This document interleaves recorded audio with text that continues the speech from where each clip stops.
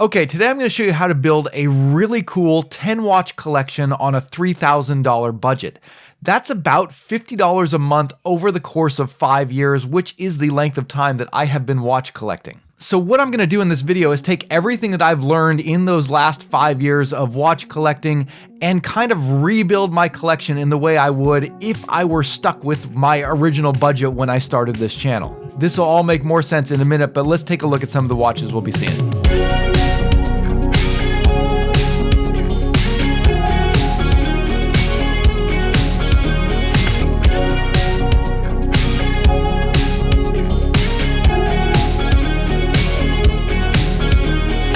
Hey guys, welcome back to Just the Watch. My name's Dave. I live in Japan and I love to collect affordable watches. And this is a video that I'm kind of excited about. I recently did a state of the collection video where I showed you all the watches that are in my kind of personal collection. But these are watches that I was able to get in large part because I have a YouTube channel. I get income from the channel. I get free watches sent over to me. I get discounts. A lot of these things are things that you might not have access to. And when I originally started this channel, I didn't have access to any of those things either. I was putting aside about $50 a month to spend on watches and hobby things. And so today I want to show you what my collection would look like, or what I think it would look like if I had only the knowledge that I had from this YouTube channel, but not the finances and the other benefits that come with it. Also, this video today is sponsored by Heinrich watches. In a little bit, I'll be showing you their upcoming GMT diver, the Taucher 2 GMT. It's available for pre-order direct from their website right now. I was really impressed with it. I think a lot of you guys will be interested in it as well. But before we get into that, let's start with my hypothetical budget watch collection. So assume for a second that I just lost everything and I now only have a $50 a month budget. Let's take a look at the first watch I would get to restart my collection. If I were going to restart my watch collection on a limited budget, the first watch that I would pick up would definitely be one of the Seiko 5 SRPE watches, also known as the Dress KX. This is one of the most versatile and reliable watches you can pick up for around $200. You can easily get away with wearing this watch either casually or with a suit, so it fills double duty as both a sports watch and a dress watch. It comes in at a very wearable 40mm diameter and features 100 meters of water resistance. And it's powered by arguably the best movement you're going to find in any watch under around $350 with the Seiko 4R36. This is an automatic movement that features pretty quiet bidirectional winding, hacking, hand winding, a 40-hour power reserve, and in this case, a day and date display. And you can regularly find these watches for around $200 and sometimes even less. Now, there are just a ton of different colors and options to choose from, so if you shop around and if you're focusing on price, you can tend to find a good deal. I bought this SRPE57 because it was the cheapest one available. It features a black dial and a gilt handset with gold accents. And even though I bought it because it was the cheapest one I could find, I actually really fell in love with this colorway. The gold accents really give this watch a little bit more uniqueness and personality without being overbearing at all. So this would be the first watch I would pick up if I had to restart my collection on a very tight budget, but this also could be the only watch I really ever need.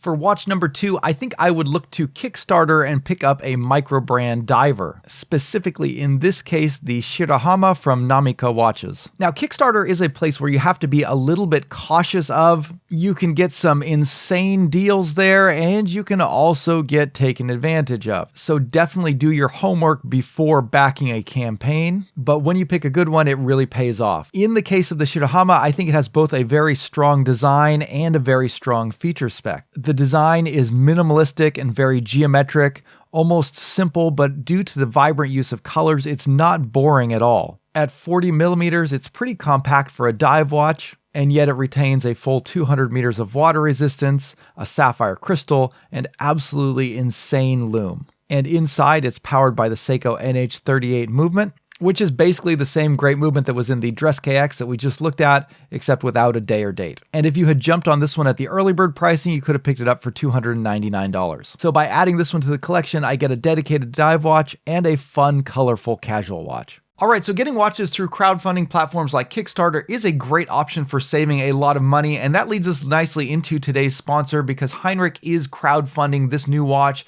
It's already met the goal, but they are actually doing an interesting thing where they're crowdfunding it privately through their own site. So you just go directly to their site to pre-order it. The watch is already going into production. and it's pretty cool. The Heinrich Taucher 2 is a 41mm dive GMT. This watch is made in Germany, and as such, it features an excellent build quality along with top-notch specifications and a really beautiful vintage design. Inside, the watch is powered by the Swiss-made Sellita SW330-2 GMT movement. This elaborate-grade movement is highly accurate, it features a high beat rate, and it implements a collar GMT functionality, which means that the GMT hand can be jumped independently of the main time in 1-hour increments. And this movement has been implemented in the Taucher 2 GMT in a way that makes it one of the most functional watches that I've ever used. Heinrich decided to use a unidirectional dive bezel instead of a GMT bezel, which means that in addition to being able to tell a second time zone, you also retain the ability to time things. The bezel is a combination of both ceramic and stainless steel for a very unique visual look. But one of my favorite things about this watch is the bracelet. It features a really incredible stainless steel mesh, which is insanely comfortable and looks amazing. And to top all of that off, it features a tool-free micro-adjust clasp. The Taucher 2 GMT is available right now on pre-order with a significant discount. You can pick it up for 1,011 euros direct from Heinrich's website. Links are down below in the description.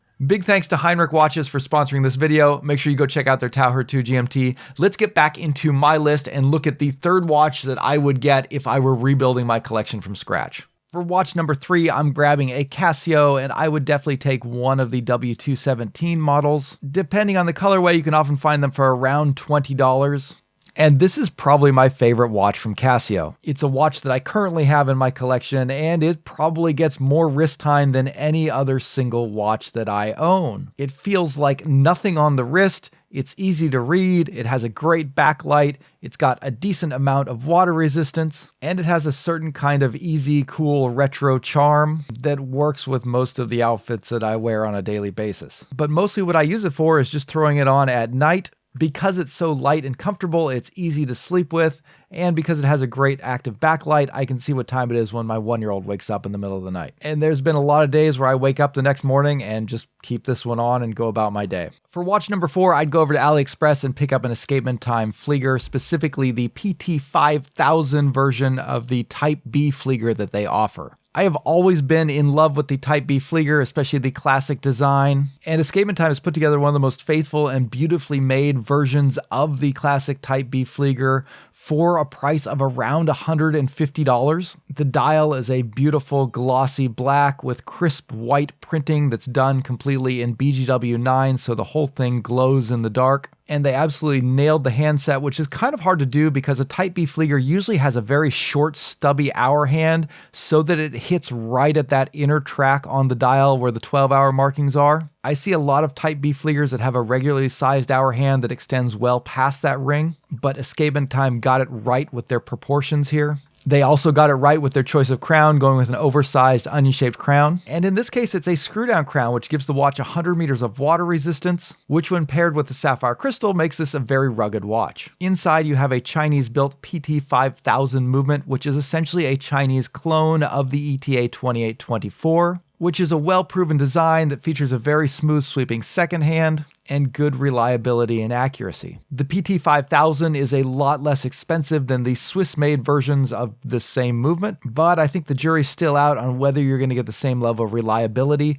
I did actually have a problem with mine. After about a month or two of use, a screw came loose inside the case, which was pretty disappointing, but it gave me an opportunity to test Escapement Time's customer service, and I found them to be excellent. After contacting them through the AliExpress chat, they walked me through a couple of things to try and then asked me just to send the watch back to them. I did, kind of crossing my fingers, not knowing if I was going to get anything back, but after a couple of months, they sent it back completely fixed and working, which really gave me a good impression of the brand. And that can be one of the most difficult things to figure out with some of these AliExpress brands. You never know who's behind them or what kind of support you're going to be able to get from them. But that experience left me feeling very comfortable with them, and I'm probably going to want to pick up some more watches from them in the future. Now, so far up to this point, I've kind of focused on picking up watches that are kind of affordable alternatives to some of the watches that I really love and do have in my collection. For instance, that Dress KX, I think, fills a very similar role that my Seiko Alpinist does, but it's a lot less money. And because we're able to save some money on watches like that, we're able to get watches like these. So the Sarx029, or the Urushi Dial Seiko Presage, is one of my favorite dress watches that I own, and even if I were on a budget, I would still save up and buy it again. Now this one I had been watching for a while before I pulled the trigger, and I was actually able to pick it up for the equivalent of about $580 US, which is a great deal, and it's not available for that right now from anywhere that I'm aware of. And I think it's unlikely that it'll drop down to that price again. But especially when you are on a tight budget, that really highlights the importance of understanding the prices of watches that you're interested in, of watching the prices fluctuate and waiting to jump in at the right time. With a little bit of patience, you can really score some great deals. This watch is absolutely stunning while also being very understated. From a distance, it doesn't draw a lot of attention, but when you get up close and look at it, you can really appreciate that handmade Japanese lacquer dial, the beautiful gold leaf-shaped hands, and the sharply printed Roman numerals. This watch is my primary dress watch, and even if I didn't have a YouTube channel generating income enabling me to purchase things like this, I would still save up and buy this one. Another watch that I would rebuy in a heartbeat is the Bulova Lunar Pilot. I've always been fascinated with the idea of space exploration and NASA and their history, and wristwatches have played an important role in that history. And I think the Bulova Lunar Pilot has one of the best stories to go with it of any space watch out there. Most people know that NASA selected the Omega Speedmaster to be the watch used in the manned lunar missions. And while Omega would love to have an exclusive claim to being the only watch used on the moon by astronauts, Bulova managed to slip its way in there by gifting one of their prototype watches to astronaut David Scott, which he took along with him on the Apollo 15 mission.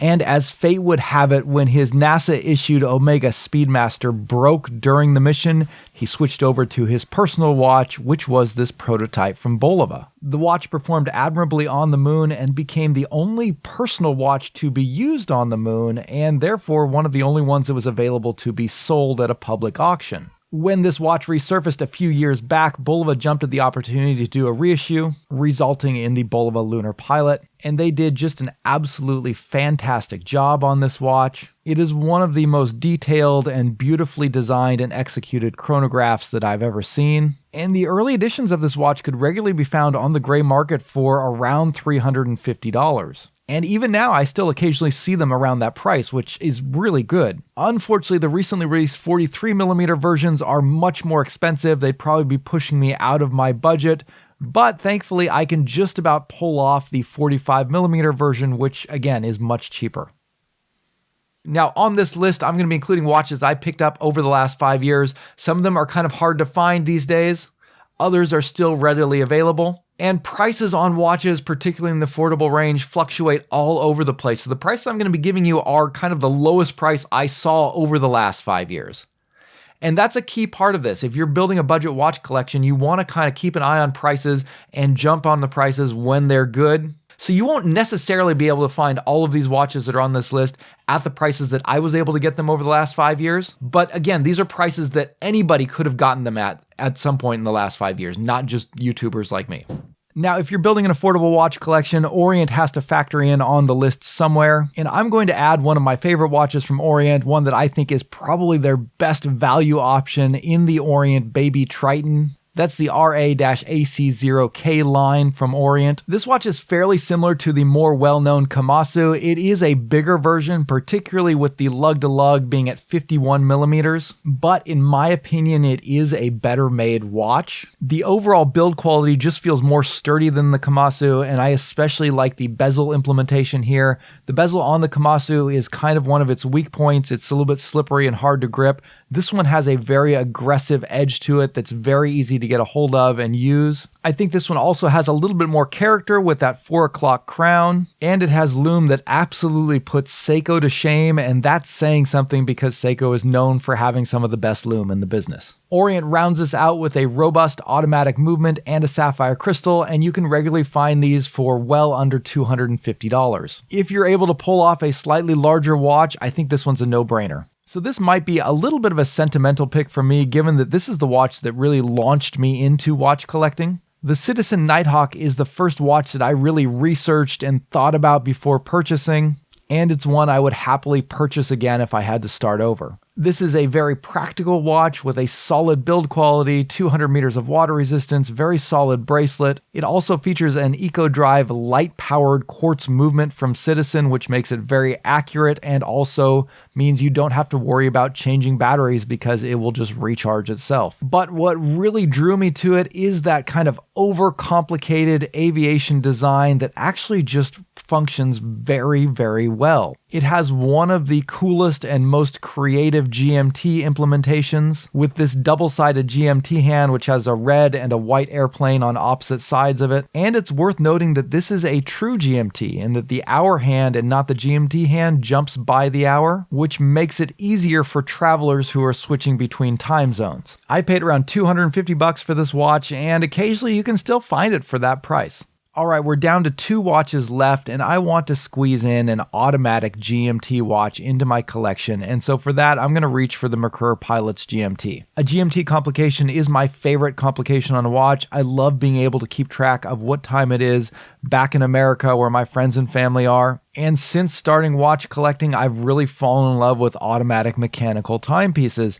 However, it's typically very expensive to get an automatic GMT. Now that is changing with Seiko's recent release of their NH34 automatic GMT movement. There's been a lot more affordable options out there. Now this watch does not have a Seiko NH34 movement inside of it. It actually has a Chinese-made Hangzhou 64000 series GMT movement, which is essentially a clone of a Swiss-made ETA movement. This watch takes a lot of inspiration from the Sinn 857 UTC, but I wouldn't say it's an exact copy, as there are a number of different design choices. But those German-inspired stylings really do look great, and this watch packs a ton of functionality. In addition to that 4th GMT hand, they've paired it up with a ceramic timing bezel, which is unusual as most GMT watches feature a 24-hour bezel, enabling you to track a 3rd time zone. But from a practical perspective, I think it's a lot more useful to have a timing bezel because now you can track 2 time zones and be able to time things. So this is one of the few watches I've gotten a hold of that really does absolutely everything I would want an everyday watch to do. It keeps track of the time in 2 time zones, it's got a date, and it's got a timing feature. And with a sapphire crystal and 100 meters of water resistance, it's very rugged and reliable. This is pretty much my perfect watch from a feature standpoint. So our last watch might surprise a few people, maybe not some others, but I'm going to go with the Wise Adamascus AD8. When this watch was first launched, you could pick it up for just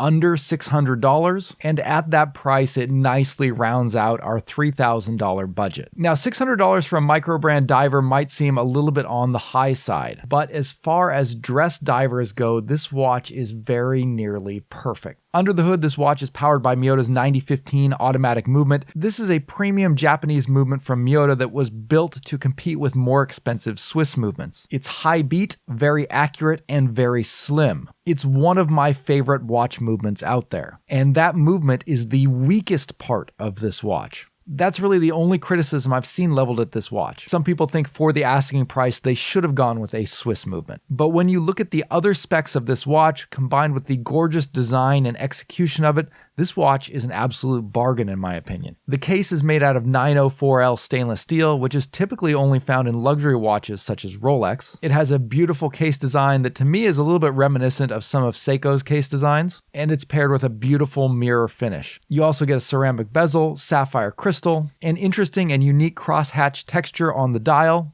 and literally the best lume I've ever seen. Like, I've done extensive lume testing on over 70 watches, and this one is far and above the best out of all of them. Better than Seiko, better than Zelos, or any other micro brand I've tested, this one's number 1. And with a 41mm diameter case and less than 12mm of thickness, this watch makes a perfect wearable everyday watch. It epitomizes the desk diver category, and to me this really is the closest you're going to get to an actual luxury watch at under $1,000. Now you might have noticed I didn't have this one listed in my main state of the collection as part of my personal collection, but that's only because I have a Squale watch that kind of fulfills that dress diver category that I like a little bit better than this one, but the Squale costs more than double what this one does. And if I were building a collection again with my own money, this is something that I could justify and be extremely happy with. And that does it. There's 10 watches for $3,000. These are 10 watches that I really like. I think this is a collection that I would be completely happy with. I think with these, I wind up with a collection that is very versatile. I'll have watches to wear in every single situation that I might encounter.